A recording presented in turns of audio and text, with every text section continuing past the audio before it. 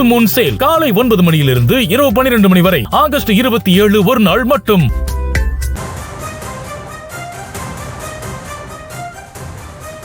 நேபாளத்தில் வரலாறு காணாத வெள்ளம் ஏற்பட்டிருக்கிறது. மேலும் அங்கு தமிழர்கள் சிக்கியிருக்கக்கூடிய சூழலில் அவர்கள் நிலை என்ன என்ற ஒரு கேள்வியும் எழுந்திருக்கிறது.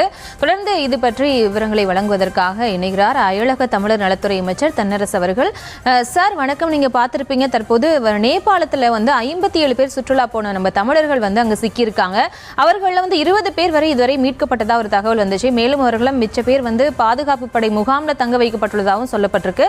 மேலும் தமிழக அரசு சார்பில் இருந்து அவர்களை மீட்பதற்கான நடவடிக்கை எந்த அளவுக்கு செய்யப்பட்டிருக்கு?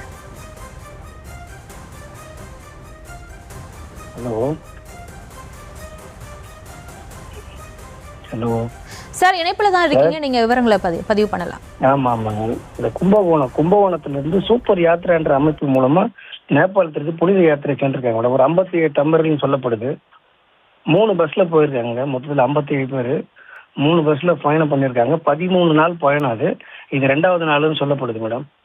இந்த 3 பஸ்ல நடுவில் போன பஸ் மட்டும் அவங்க தப்பிச்சுட்டு தான் சொல்றாங்க. பாதுகாப்பான இடத்துக்கு போயிட்டு தான். இது சம்பந்தமா நம்ம அந்த தகவல் தெரிஞ்சவொடனே டெல்லியில் உள்ள நம்ம தமிழ்நாட்டிலத்துக்கு மீட்பு பணிகளை ஒருங்கிணைக்க அறிவுறுத்தப்பட்டுள்ளது மேடம். இந்த காத்மாண்டில் இருக்கும் இந்திய வெளியுறவுத்துறையுடன் இணைந்து நம்ம அயலக தமிழர் நலத்துறையும் மீட்பு பணிகளை மேற்கொண்டு வருகிறது மேடம். மேடம் கேக்குதுங்களா? கேக்குது சார். இப்போ 57 பேர் போயிருக்காங்க. 20 பேர் வரைய மட்டும்தான் இப்போது மீட்கப்பட்டதா ஒரு தகவல் வந்திருக்கு. மேலும் நீங்க தமிழக அரசு சார்பில் இருந்து என்ன நடவடிக்கை இது வரைக்கும் எடுக்கப்பட்டிருக்கு? மேலும் அவர்களை மீட்டு வருவதற்கான நடவடிக்கை தற்போது துரிதப்படுத்தப்பட்டிருக்கா? அதுதான் மேடம். நம்ம இந்திய வெளியுறவுத்துறையுடன் இணைந்து அயலக தமிழர் நலத்துறையும் மீட்பு பணிகள் மேற்கொண்டு வருகிறது மேடம். அதுல நம்ம இதுவரைக்கும் நம்ம ஏதாவது உயிர் சேதமோ இல்ல நம்ம வேற எந்த பாதிப்பும் இது வரைக்கும் நம்மளுக்கு தகவல் வரல. முழுமையான தகவல் விரைவில் வந்துடும் மேடம். நம்ம இது மேல் நடவடிக்கை அதனை அனைத்து நடவடிக்கை நம்ம துரிதமாக எடுத்துட்டு வரோம் மேடம்.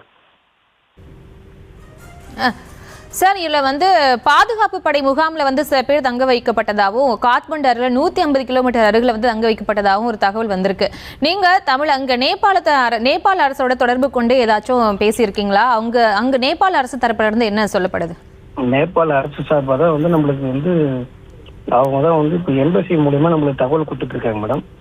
நம்ம இந்திய தூதரகம் மூலியமா தான் நம்ம பண்ணிட்டு இருக்கோம். டெல்லியில் உள்ள தமிழ்நாடு இல்லத்திற்கு மீட்பு பணிகளை ஒருங்கிணைக்க சொல்லி அறிவுறுத்தப்பட்டது மேடம். அதுக்கான குழு அறிவுறுத்தப்பட்டு கொண்டிருந்தது. விரைவில் இதுக்கான முழு விவரமும் நான் வெளியிடுவேன், அறிக்கையை வெளியிடுறேன் மேடம்.